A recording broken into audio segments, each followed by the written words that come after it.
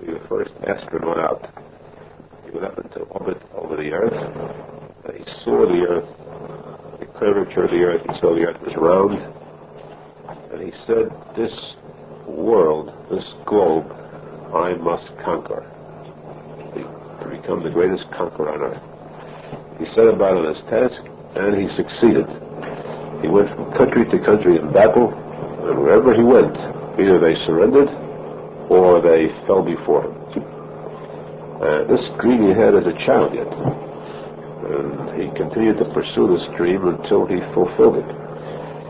He was fearless, and he was very strict as a king, and extremely powerful, until he ruled over the Malach Bekippah. The Gemara says in Megillah, Malach Bekippah means that he ruled over the entire globe, every country on earth, including Brooklyn. Now, there was one thing though, he also ruled over Eretz Yisrael, but in a very kind manner. So kind, in fact, that after his death, or even during his lifetime, many Jews named their children after him. They call him Alexander. Today Alexander has become a Jewish name. He was very kind to the Jews, and he highly respected the rabbis of the Gemara, because he knew that the real wisdom was with them. So the Gemara says one day he invited the rabbis of the Gemara, Yeshivat Hadaron was called. He invited to his palace for a question and answer discussion. Then he said to them, "I have a few questions to ask of you. I know that you are the ones that can give me the answer. My first question is, which was created first? I believe in Hashem, in creation, everything. I have full faith. Now, which did Hashem create first, the heavens or the earth?" The rabbis all answered in unison, he created the heavens first. Proof? It says, Bereshit, in the beginning, Hashem created et hashamayim v'et haaretz, the heavens and the earth. He said, fine. Second question. Which was created first, light or darkness? So the rabbis said, this is a question that the answer to which is a secret. We cannot divulge a secret. It's a hidden secret that it cannot be revealed. So, all right, I accept that. We go on to different questions. Now he analyzes these questions and answers. In the first place, the answer to the rabbis, the first question was that Hashem created the heavens before the earth, because the very first sentence in the Chumash says, in the beginning Hashem created the heavens and the earth. This was their answer. Yet, we find that there is a debate in the Gemara, machloket, between Hillel and Shammai. Shammai says that Hashem created the heavens first and then the earth, and Hillel disagrees. I say that Hashem created the earth first and then the heavens, because later on in the same parasha of Bereshit it says Biyom B'ro Hashem, and there Hashem created the earth and the heavens. That proves that the earth was created first. The question was a discrepancy between these two sentences. So Hillel said to Shammai, we must be right. But Hillel, he must be right, because naturally, when there is creation, when you build, you first build the lower floor, then you build the upper floor. You don't start with the top floor. So in building, Hashem created first the earth, that's the bottom, and the heavens over them, as is the way to build. But Shammai said the contrary. The Torah describes Kaviyachol, if we could say it, the heavens as the throne of Hashem, and the earth as the footstool. What do you make first, a chair or a footstool? First you have a chair, and you add a footstool to it. Therefore Hashem created the heavens first, and then the earth. Now, following this, the Gemara says that the Chachamim, and specifically Rabbi Shimon bar Yochai says, they say that Hashem created the heavens and the earth simultaneously. same moment, simultaneously the heavens and the earth. Now, how come then that we have two sentences conflicting? One says Hashem created the heavens and the earth, the other says the earth and the heavens. To this the Gemara answers, and Lakish says, this means that Hashem created the heavens and the earth, and then in putting them into use, spreading them out, he created them, and he put them into form. He placed first the earth and then the heavens. That both sentences are correct. Question is though, why did the Chachmei Hadarom, these rabbis, they never tell the king that the heavens were created first?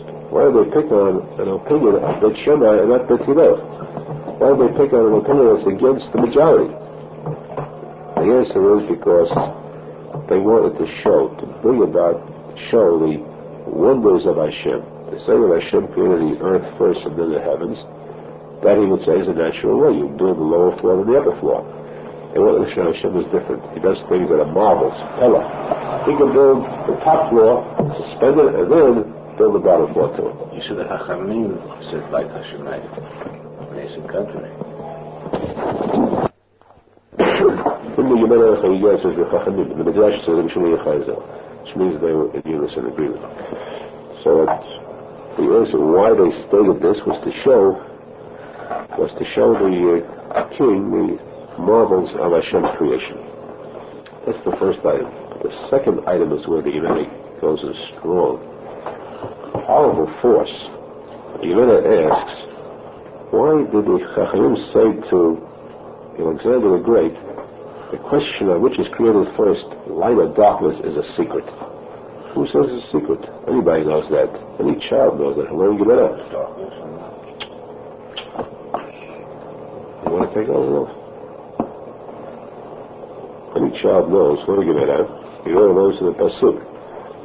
The Chamesh of Bereshit, it says in the beginning Hashem created the earth, and the earth was choshech, tohu vavohu, choshech hapeitahom. The earth was darkness. Then Hashem said, "Let there be light." This proves that Hashem created darkness first and then light. Why didn't they tell him this answer? Just as they told him the answer of the heavens and the earth. Why did they say this is a secret? So the answer is because they were afraid that if they were given the answer to this, he'd go still deeper into questions that were too high. Questions that didn't pertain to him or the human mind. Questions that pertain to Hashem. There's a restriction, a limit how much a person should go into heavenly secrets. I'm afraid we might delve deeper and tell him this is a secret, and he wouldn't pursue the topic anymore. So this is in that case, why did they give him this answer at the beginning? He's asking about the heavens and the earth, they should tell him it's a secret. Even this is they thought the first question would be a passing question, then he'd go off into a different topic. When they saw he was pursuing that question further and deeper, they stopped him. Now, the definition of Masha especially stresses here and says, woes to the philosophers and the scientists, Yimach Shemem, with their false beliefs and false statements, who claim that darkness is non-existence. Darkness means the absence of light. Light is something tangible. Light was created to do away with darkness. Darkness is an automatic item. Darkness is not something that's created. Darkness means there's no light, it's dark. And then Hashem created light to take away the darkness. This is what scientists say. And here the Gemara says the Gemara shows how false their statement is, because in truth the Gemara says Hashem created darkness and Hashem created light. Both are a creation of Hashem. Darkness is not the absence of light. Darkness is an actual creation. There is something that is the absence of darkness and light. That something is nothing. Darkness is not nothing. Darkness is an actual item of creation. This is a very important point, because you should never know about it, but you should never read these statements. But the scientists do maintain that very forcefully, very wrongly, and very falsely. Well, the Gemara stresses this point for us to know. This question, of course, is brought in the Zohar HaKadosh too. Point about the creation of darkness. And there are many Mefarshim, actual philosophers among the Hebrew philosophers, who also go into this question, and some of them make the same statement. That's why you got to be aware of reading philosophy written even by the greatest Chachamim. By the way, these questions came about because Alexander the Great was a very wise king, a learned king, that he desired, he craved Chokhmah. His teacher, who was Alexander the Great's teacher? The most famous philosopher of all time, Aristotle, who was very often quoted by some great Hebrew writers. But he was the lowest of all the philosophers, considered the greatest by the philosophers of all time. But he was a Rasha all the way through, Kofer, and it's a mitzvah to say Yamach Shemol Zohar after his name. So, Alexander pursued this topic further, and then he said to the Chachamim, he asked many more questions. We can't go through all of them because that would take us off topic completely. Then he said to them, one outstanding question. He asked them, how come that you are opposed to me? How come you Jews are against us? You're against the Goyim. Don't you realize that the Goyim are majority? And even the Jews admit that you must follow the majority at all times? So the Chalim answered, not necessarily. This is the work of the Satan. Look at how the Satan misleads a vast majority of people into committing wrongs. Look at how much evil exists in the world, and that evil is not a minority, it's a majority. The power of the Satan is that great, he could mislead an entire world. And so too, the Satan misleads you. Baruch Hashem, he doesn't mislead us. We remain solid, firm in our convictions and our belief in Hashem.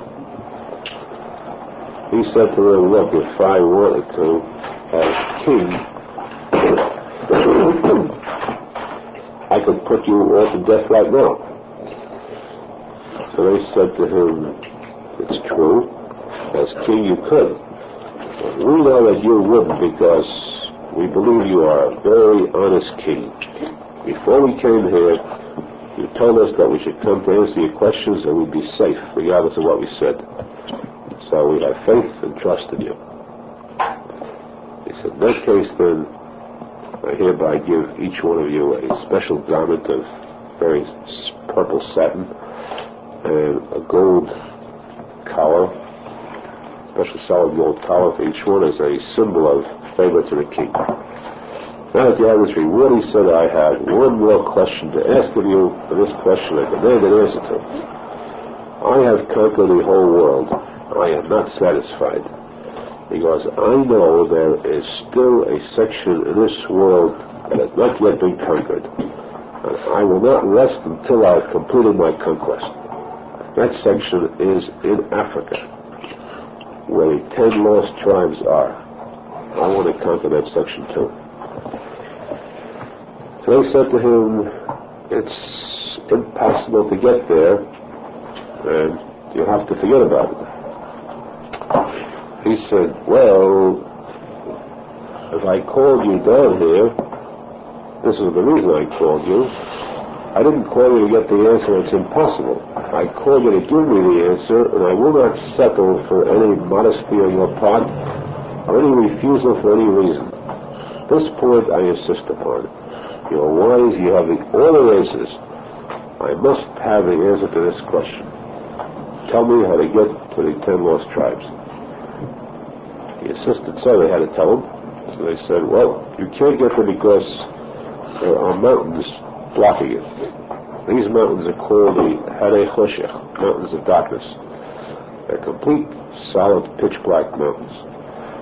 Now, to go in there, you get lost, or you'll starve to death, or you'll die there. How do you get through? This is our advice. there are certain chamrei luba, certain type of mules that come from Egypt, Egyptian mules, listen, they come from Egypt who have the power to see in the dark. Get these mules and use them as carriers. Before you enter into these mountains of darkness, put up a stake, a pole, and on that pole tie a rope, a very solid rope. And as you travel, unwind this rope so that you go through the mountains of darkness with this rope. You can't get lost. You don't want to get back. You just follow this rope until you reach back to the start of your trip. This is a guarantee that you come back alive, you won't get lost. You won't want it, because a person can get lost in the forest forever too. Especially these mountains of darkness, they can get lost and they keep wandering around for years and never get out. You have this rope as a guide to return to, so your problems are over. He took this advice. He set out on a journey with his soldiers on this last phase of his battle. And he got these mules, this rope. He went through the mountains of darkness. He got throughout the light. He came into a valley, into a new type of civilization. What he had never seen before. Things were strange there. First city he came to, there was a wall around it, and he saw a sign, this is the city of women, a land of women. No men in this land at all. So he knocked on the gates, and the woman came out. He said, I want to see you clean. She came out to greet him, and he said, I am the mighty Alexander the Great. She said, I know. And he said, how do you know? You're locked in here, how do you know? She said, it's quite all right, we have wisdom to spare, as much as you have. And I'll tell you something. You, Alexander the Great, came here to declare war against us. Well, you lost this war before you started. He looked at her arrogance, back coming from a woman. He said, why? She said, very simply, you'll do battle with us. You don't know how strong we are. We have an army too. Chances are you'll defeat us. Now, if you win, you've lost, because word will spread. The mighty, the powerful Alexander the Great went into battle against women and killed the women. What kind of a name would you have then in the world? Pretty disgraceful. That's if you win. If you lose, imagine what a shame it will be for you. Mighty Alexander the Great conquered the entire world. On the earth against women, he lost everything. So win or lose, you're going to lose. So he stopped and he thought and he said, you're right. I'm lost. Well, okay, but let my trip not be in vain. How about at least give me something to eat? The queen said, why, certainly. She ordered her servants to bring forth, set a table. They came out with a large table made of solid gold. On the table they set up a loaf of bread, the full loaf of bread made of solid gold. They put it down in front of him. He looked at it, don't try to bite into that. So he said, what kind of food do you call this?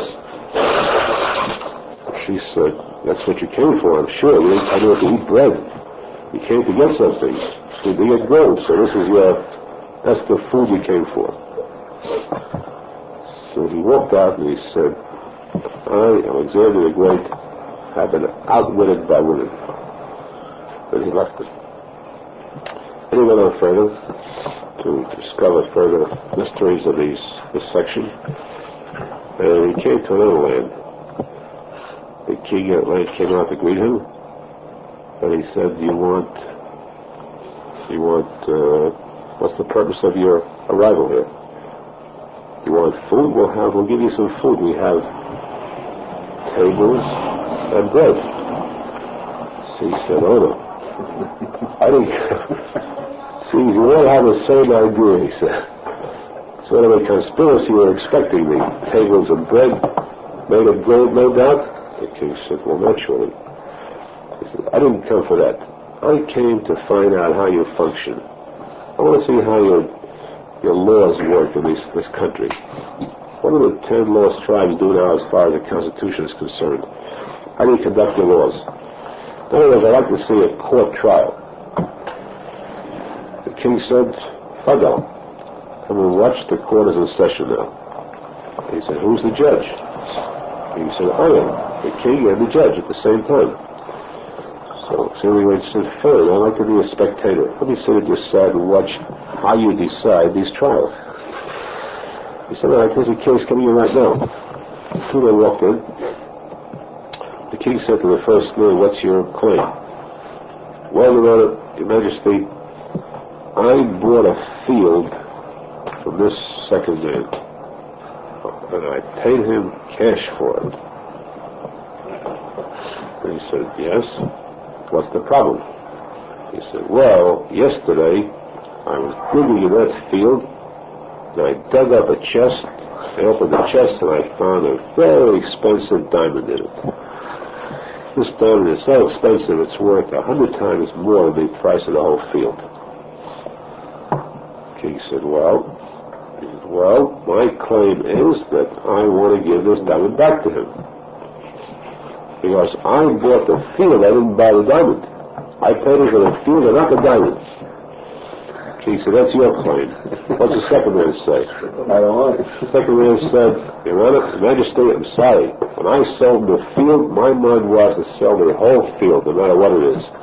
He found a diamond, he found it in his field. Diamond belongs to him. I won't take that diamond. So, once anybody sat there, nice case, nice people, nice case. What's the king going to do now? The king said, brought over, he said to the first man, he should take the diamond, right? And he doesn't want to take it.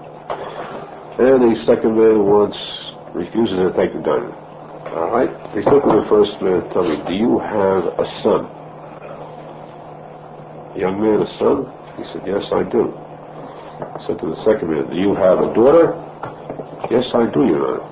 Very anxious to show her off to suitable mate. He said, very well, I decree that your son marry your daughter, and this is their wedding gift, this diamond. That remains sort of in the family. Both were very happy. They walked out clearly because their problems are over. He turned around, he saw Alexander the Great sitting there, frowning, looking very scornful. So he said to him, well, you don't look too satisfied with my decision. And he said, of course not. Oh, that's a decision. So he said, why? Well, tell me, if this happened in your country you come from, a case like this, what would you do? What would your decision be? So anyway, I said, very simple. I would take both men, and I would order to have their heads cut off, and I would take the diamond. That's what I would do. The king looked at him and he said, wait a minute. That's your decision? So anyway, I said, right. He said to him, well, let me ask you a few questions. So anyway, I said, like what? He said, like what? Well, first of all, I'd like to know, on the land you come from, does the sun shine there? So does the sun shine there? Of course. What kind of question is that? I said, all right, take it easy. There's more questions to come. Does it rain in your country? He said, of course it rains. It's natural. He said, Does food grow from the ground? He said, of course. Stop these silly questions. He said, no, one more question I have. You say the sun shines, you say it rains, you say food grows. One last question that will satisfy my curiosity. Do you have animals in your country too? So anyway, exploded. He said, of course we have animals. What's the idea of this talk? I said, nothing. You just answered now you answered my question. Before you said the sun shines, and it rains, and food grows, I didn't understand that. But people like you would cut off other people's heads. Why does Hashem make the sun shine, and rain, and food to grow? You don't deserve it. But Well, you said you had animals there. Now I know why the sun shines and it rains and food grows. Now I'm satisfied. He said, I had enough of this. Land of the willing, land of the king with their crazy decisions. Himself out. Come through. This was a mistake. And he left him, and he started to go out as touring. He walked along through the area there. Then he came to a stream of water. He sat down by the stream, took out his lunchbox. He had a can of tuna fish with him. Kosher tuna fish. Sardines. Actually, it was sardines. He had a can of sardines, and they weren't vacuum packed, the sardines. They weren't too clean, and after that long trip, he figured, I better wash these off before I eat them. Who knows what kind of dust accumulated? Maybe germs. He took one, he dipped it into the water to wash it off. He dipped it into the water, the fish became alive and swam off. He said, Shuhai, what kind of water is this? He looked at it, and he took some of the water and put it on his face. And he felt like he never felt before. So he said, this must be the Nahar Yotzeh Ben Ha'eden Ha'ashkot Dagan. Because this is a river coming from Gan Eden. A special river coming from Gan Eden. And since it comes from Gan Eden, the Dura of Gan Eden has the power of Chiyat HaMetim. So he said, let me follow this river carefully, slowly, and I'll get to Gan Eden. Fine. I couldn't conquer this part of the world. Let's see if I can conquer Gan Eden. That'll be a nice conquest to add. So he followed the river until he finally came to a big gate. A gate that was locked. And he banged on that gate. He got nerve. Banged on the gate, the voice came out, what do you want? A heavenly voice. So he said, I am Alexander the Great. I am the mighty king Alexander, and I demand admission to this gate. The voice came.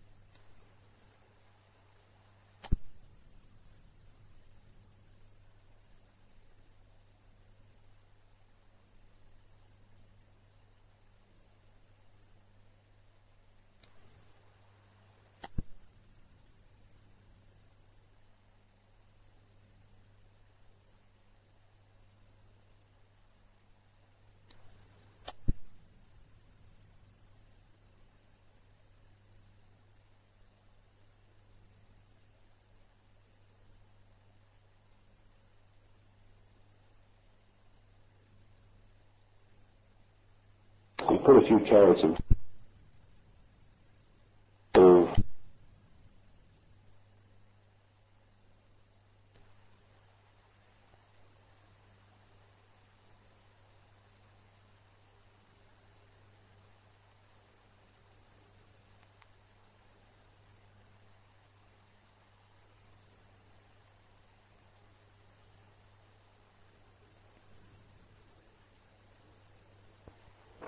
At least have consideration. The fact that I went so away to come here. So at least give me a souvenir as a tourist. Give me a souvenir from Gan Eden. The voice came back and said, right. Just let me see. Hold out your hand. Put his hand out, and something was placed in his hand. It looked round and shiny, very light. For the life of me, couldn't figure what it was. Round, shiny, and light. Took it with him, he put it in his pocket, and he said, he's not smart to figure out what this is. I'll have to ask the rabbis when he gets back. He started a long journey back. He came back to the place where the man in the darkness were. He got on his heels again, followed the rope, and he came back to his own palace. He got to his palace, and his mind was concentrated on one thing. This trip was interesting in itself, but that adventure, the river to get into, that's what counted most. Try to keep a vivid recollection of that. Then he sat down in his private room, his private place, his treasury room, where he had all his treasures there. And he took out this item they gave him. He looked at it, studied it from all sides, couldn't make out what it was.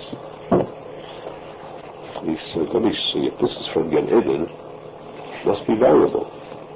Let me put this on a scale and weigh it next to gold carats. So he put a few carats of gold on a scale and placed this item on the other side, and this item weighed down. Weighed more than the gold carats. He said, that doesn't frighten me. He took a lot of gold coins and put it on the scale too. This item still weighed it down. He couldn't figure this out. It took the thing again. It was so light that it weighs and it go down. He said, I'll fix this thing. He took a whole chest of gold and put it on the scale. This thing still weighed down the chest of gold. He became frustrated. He ran to the special treasury closet, pick out another chest of gold, chest of diamonds, his treasures, and put it on the side of the scale, a big size scale. He placed this thing on the other side.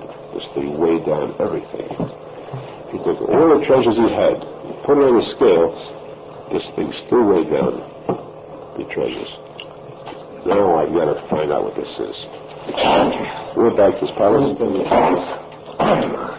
and he summoned the Chachmei Benos, these wise rabbis, and he said to them, you must tell me, you must inform me what this is.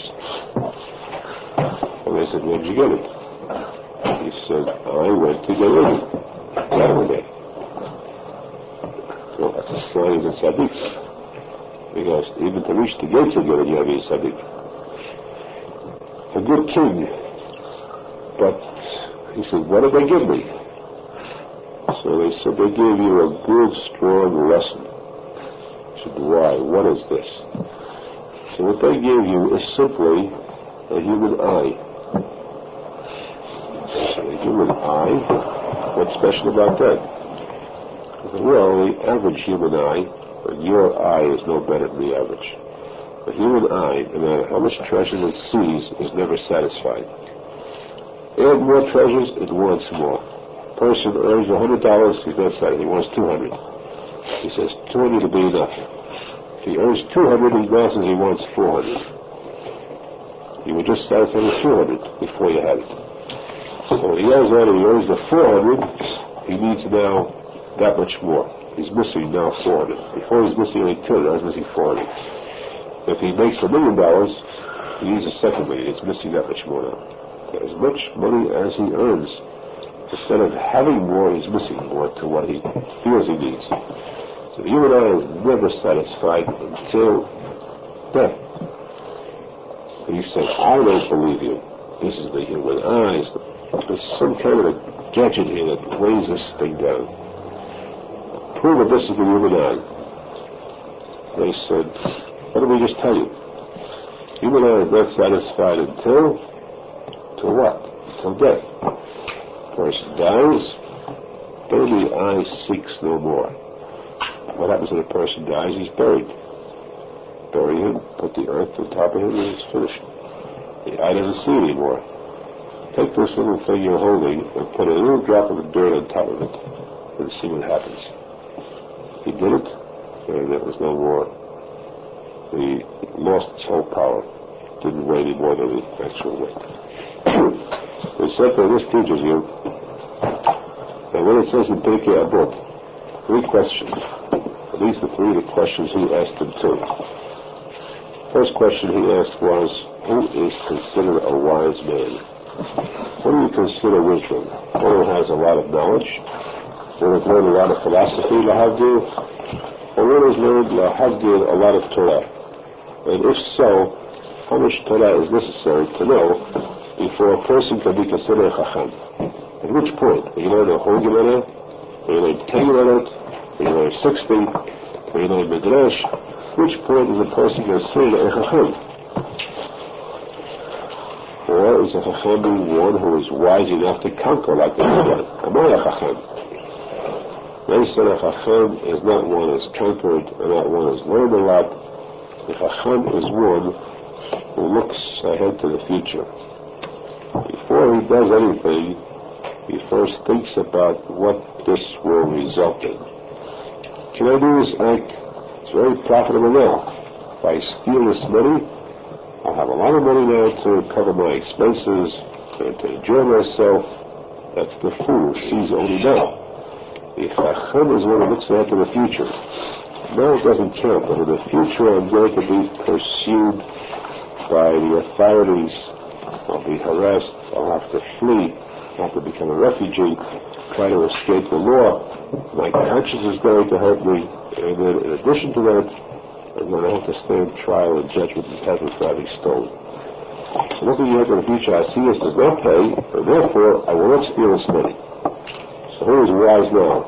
The person who is rich because he stole it, the person who is powerful, or the person who does not steal it because he looks ahead to the future, and in the future will have a peaceful life and a peaceful conscience.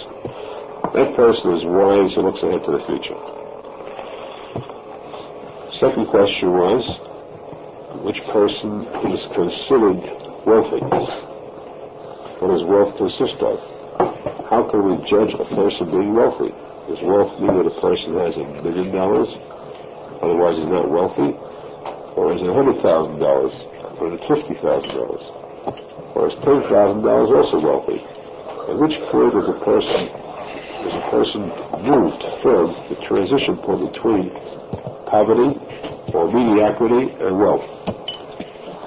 Exactly what point is that? And this, of course, is an impossible question, because if you say that it's $50,000, so does that mean that if a person has $50,000 minus $1 is not wealthy? You can't pinpoint that to the dollar. And if you say that $1 doesn't make a difference, so keep on subtracting $1 after the other. Again, at some point you'll say this person is not rich. So where do you judge wealth?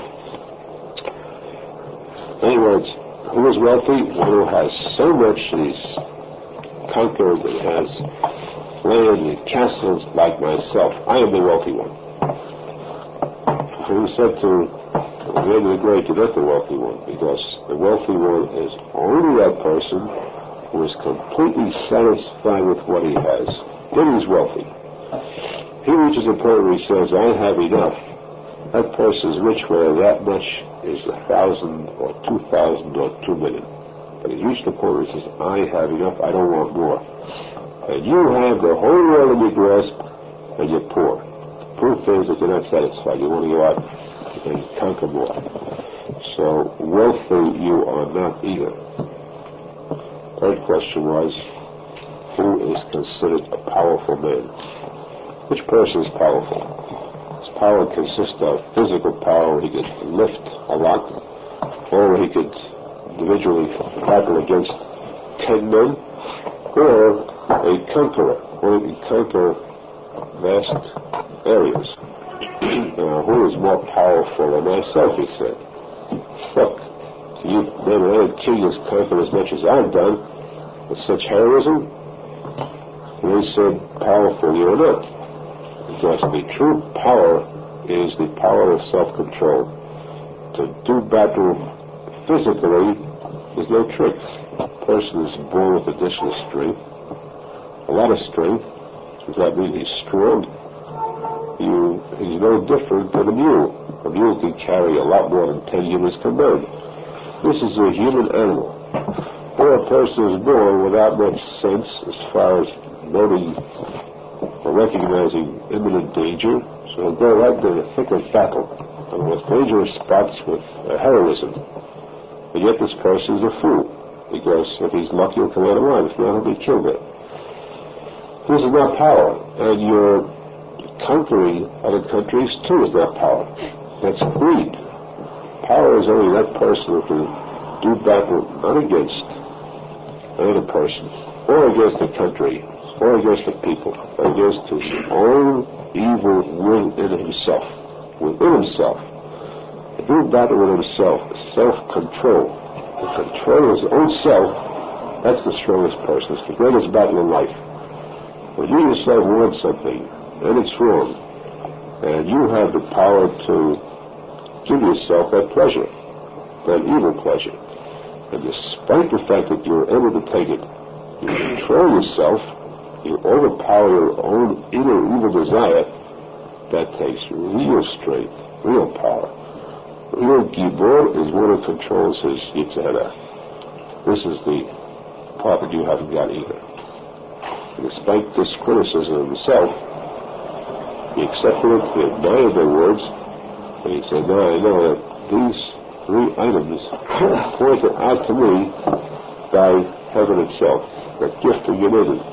Here is the eye of a human, and I am human too.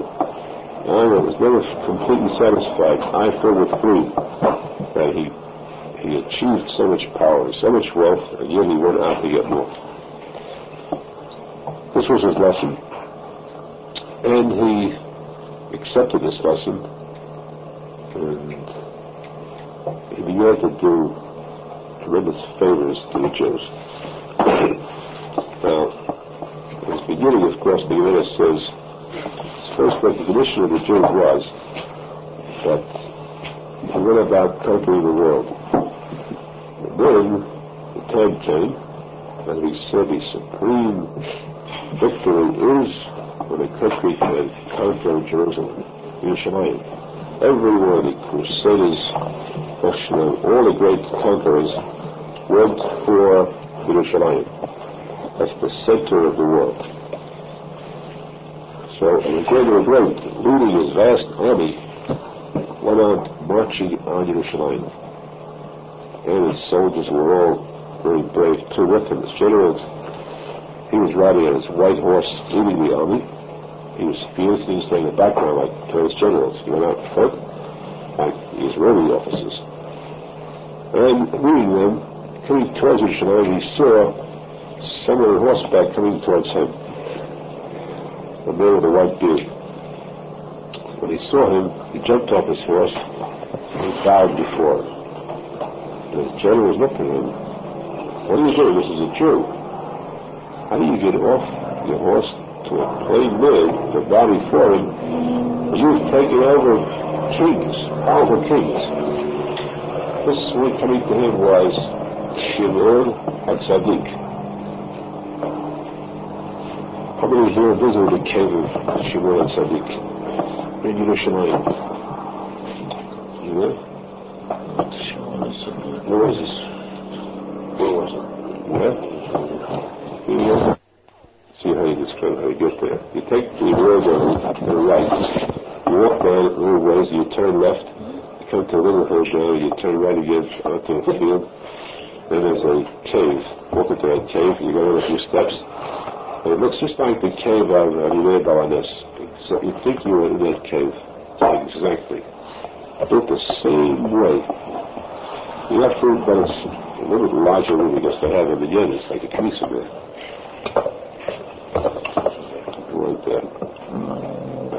Well, just don't forget the instructions I'll give you how to get there.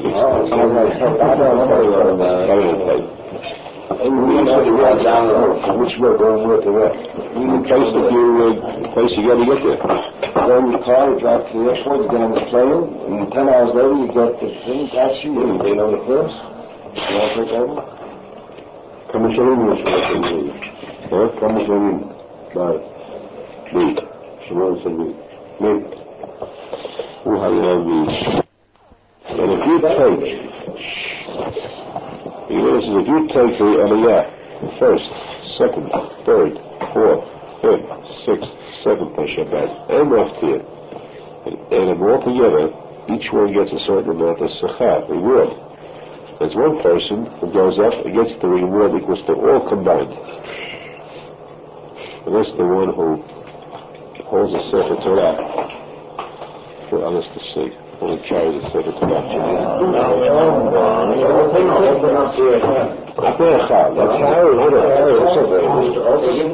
For us, it's the one where you bring it back and take it out. For us, yes, I do that. Also works for us. We don't have to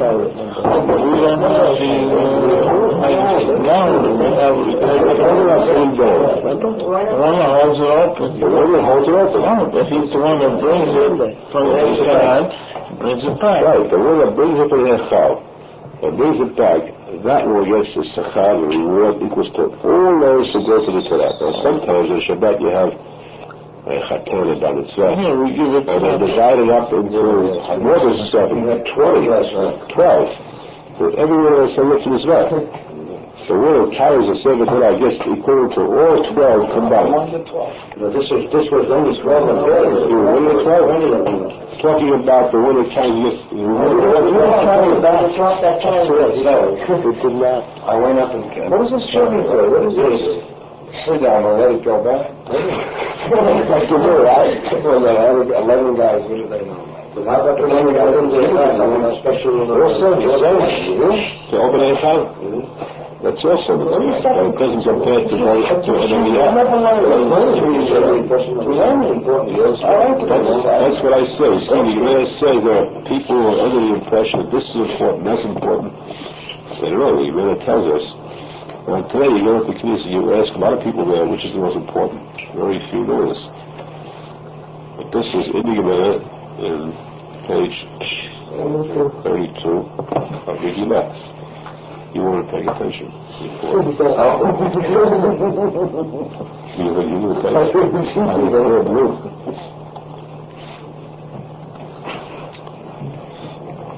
Anyhow, let's just finish this point. So, Alexander the Great shocked his generals.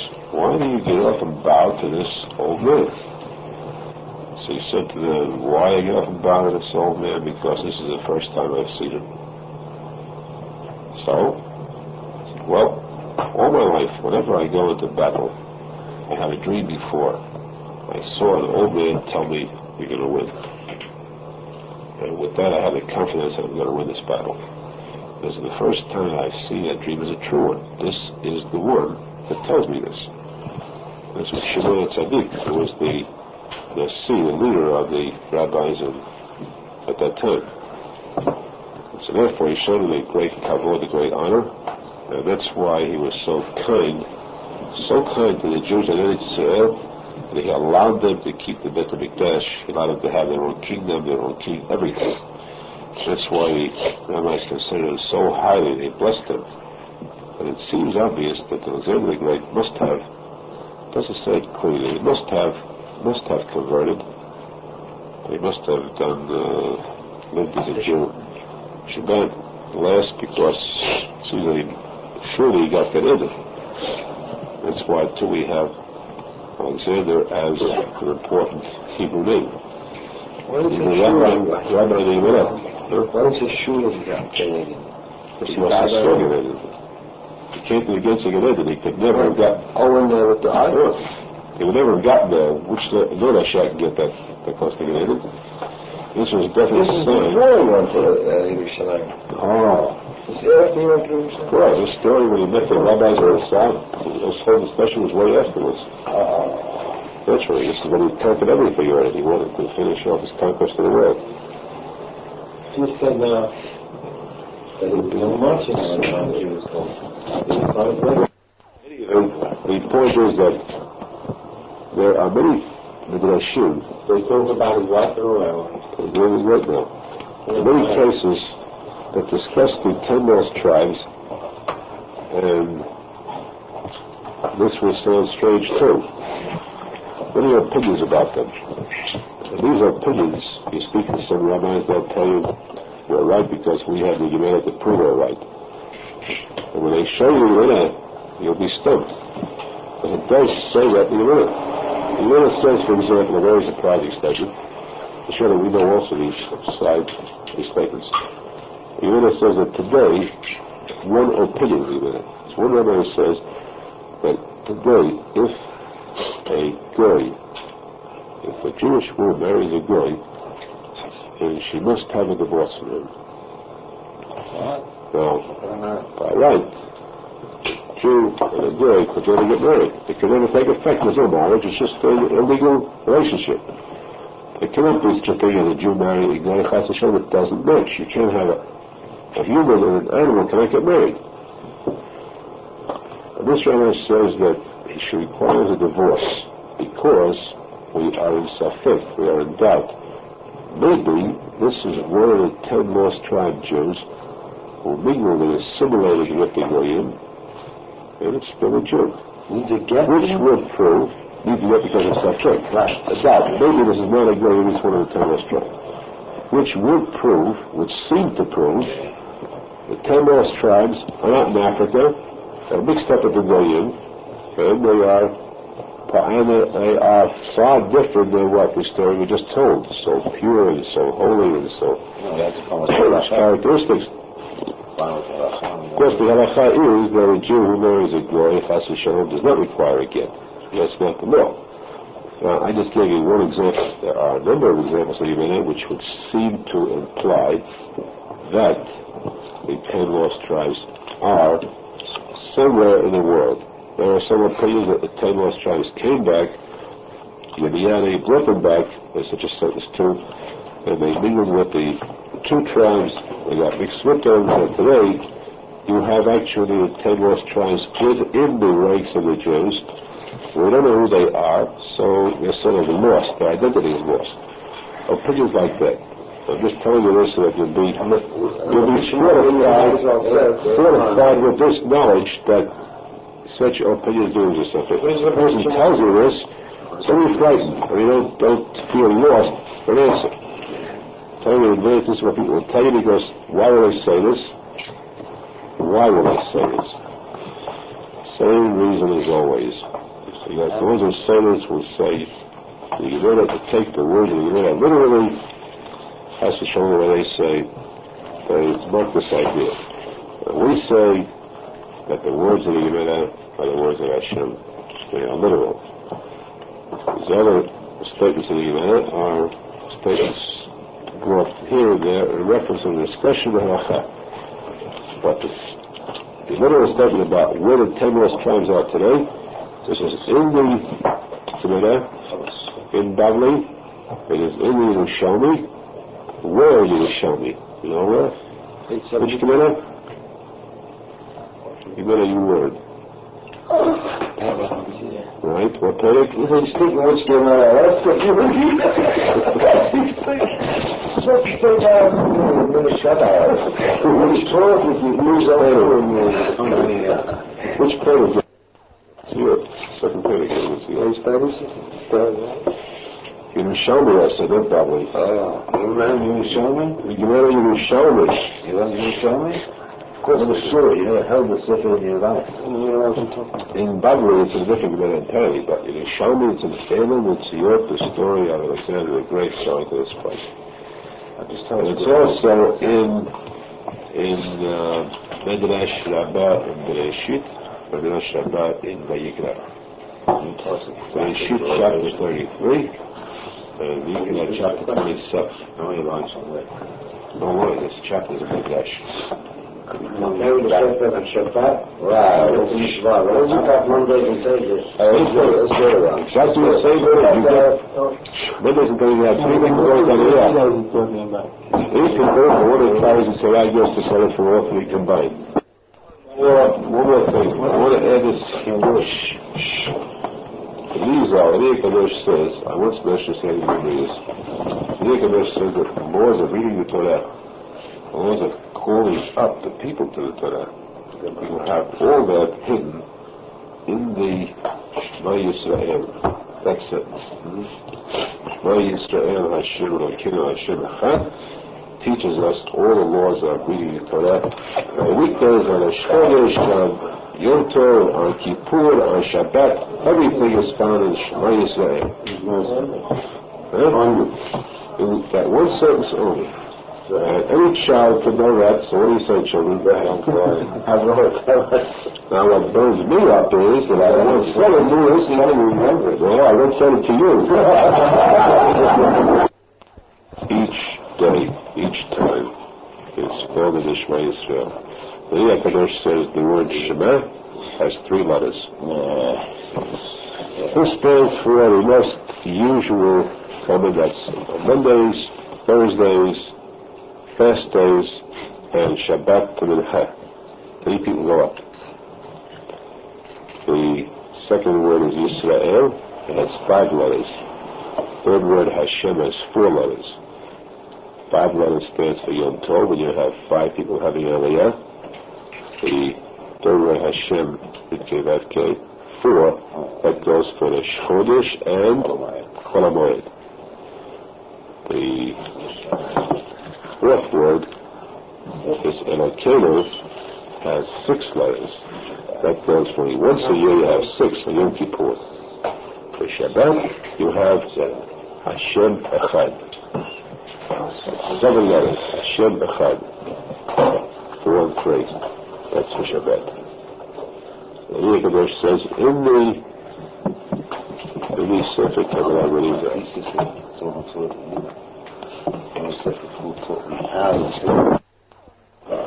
So the next Tuesday's class will deal with Cheskiyahu HaMelech. One of the case we brought in point, how come that Yeshayahu HaNavi did not visit Cheskiyahu HaMelech? He sent a messages up and back, and the story of Cheskiyahu HaMelech, the story that is a beauty. Of course, this is our chance to attack. Tonight we attack philosophers, then we attack doctors. The story is dedicated next to the medicine. Wow. Two questions. When they went to the city with the winning arm, is that considered part of the lost general tribe or the other one? Also. Well, how come we didn't conquer the second? They won't. The guy found us. He was hung like a fool, my boy. He saw that the people were very wise. So he said, I want to learn wisdom from you now. The conquer he saw is no use. If he didn't conquer the women, unless he could conquer the other ones, he still wouldn't be complete. He's not complete, or he figured let me get something out of him. Let me get wisdom. Let me see your judgment, how you judge, how you rule here. That's what he did. How can we trust